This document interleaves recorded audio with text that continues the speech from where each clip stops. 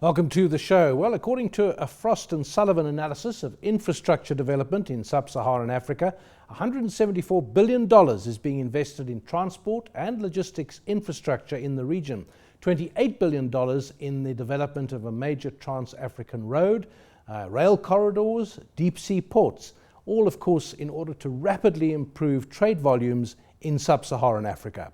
And tonight we're going to speak about what the connection is between road, rail and ports and what that means for better mobility, transportation of goods and services, and also of course for profit margins and costs.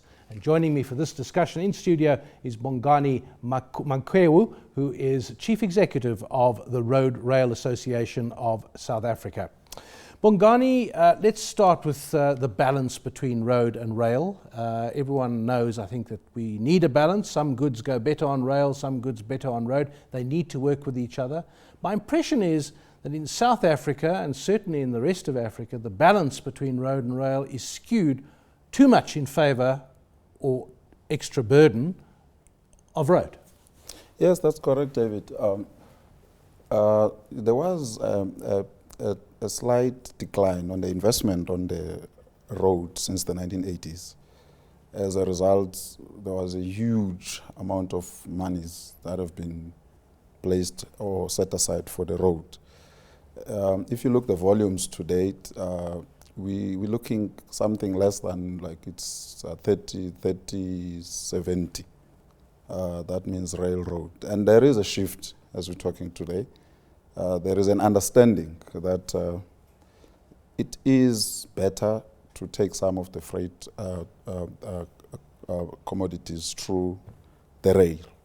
And as a result, there is an understanding even in South Africa that there is a need for a huge investment on the infrastructure, because currently the infrastructure is not really up to speed, both capital and maintenance. Yeah.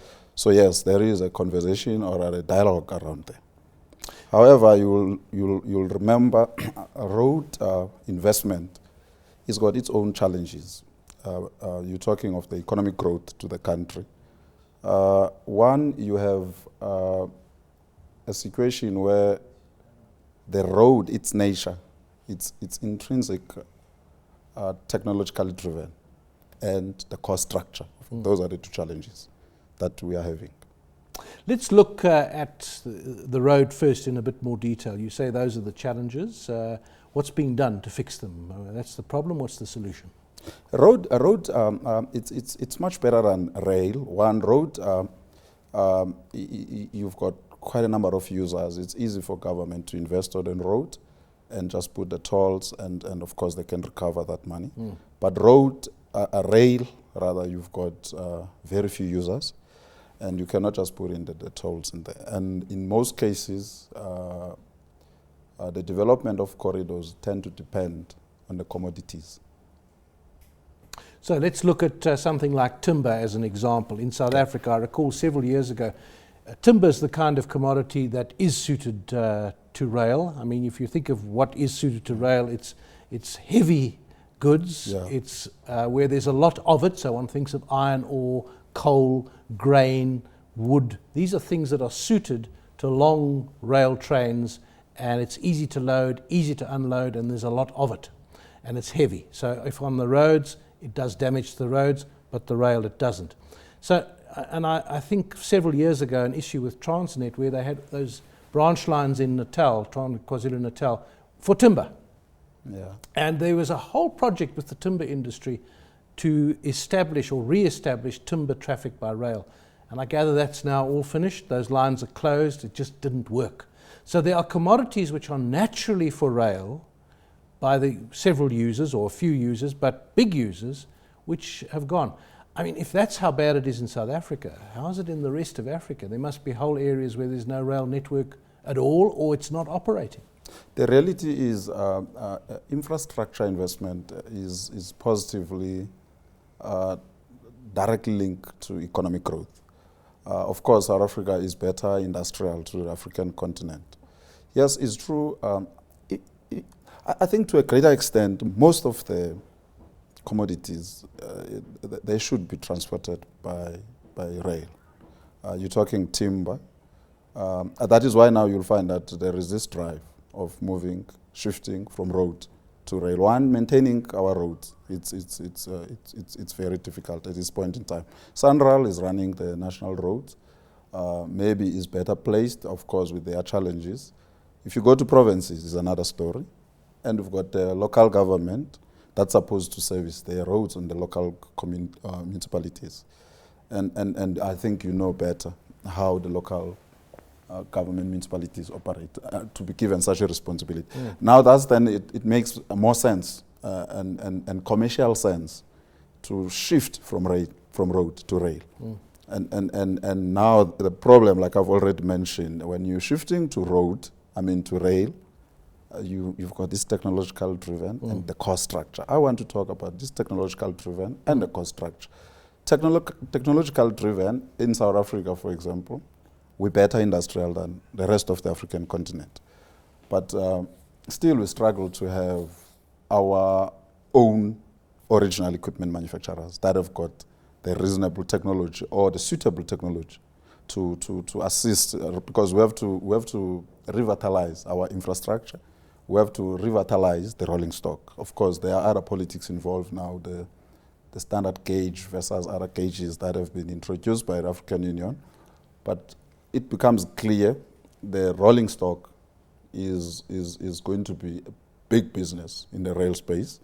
And you cannot have rolling stock without the rail infrastructure. What it means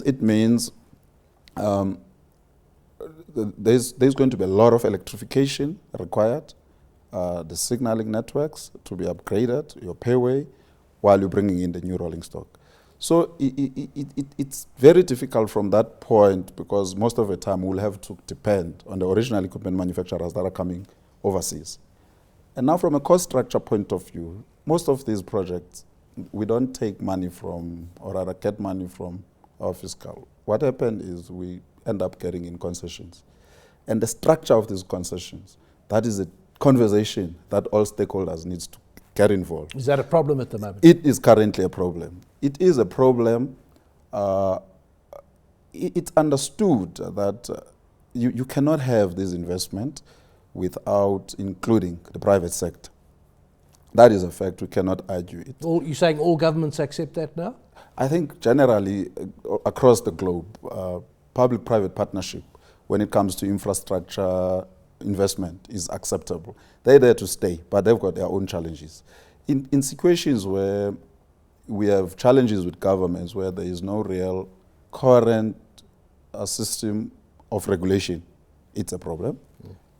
In countries where there is no real monitoring of what has been agreed on the concession. Because normally these concessions, you'll find a situation where the concessionaires, they tend to be greedy, government tend to be greedy, at the expense of the real growth of the country. Remember, when you invest on a huge infrastructure like the one we're talking about, it tends to immediately trigger on the manufacturing, directly goes to the economic growth. And now the cost structure and the nature of technology, it becomes a critical aspect that needs to be looked at. And institutions or associations like Railroad Associations, Railroad of Africa, needs to be very involved, because you will end up having a situation where the local companies are no longer participating in the actual industrialization of the country. Okay.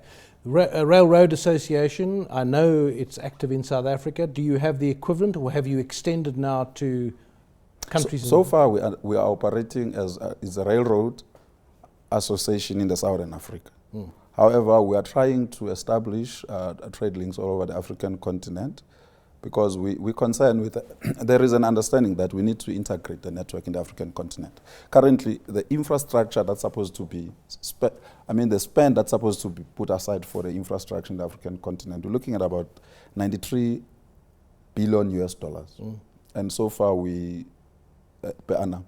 So far we are sitting at about 45 billion US dollars. That means we're way behind. And that, it impacts on the growth of the economic growth of South Africa by about 2% down. So meaning which there is a need for a rail or an integrated mode of transport across the African continent. a mode of transport that is going to make, or is going to make the way business is done in Africa much better.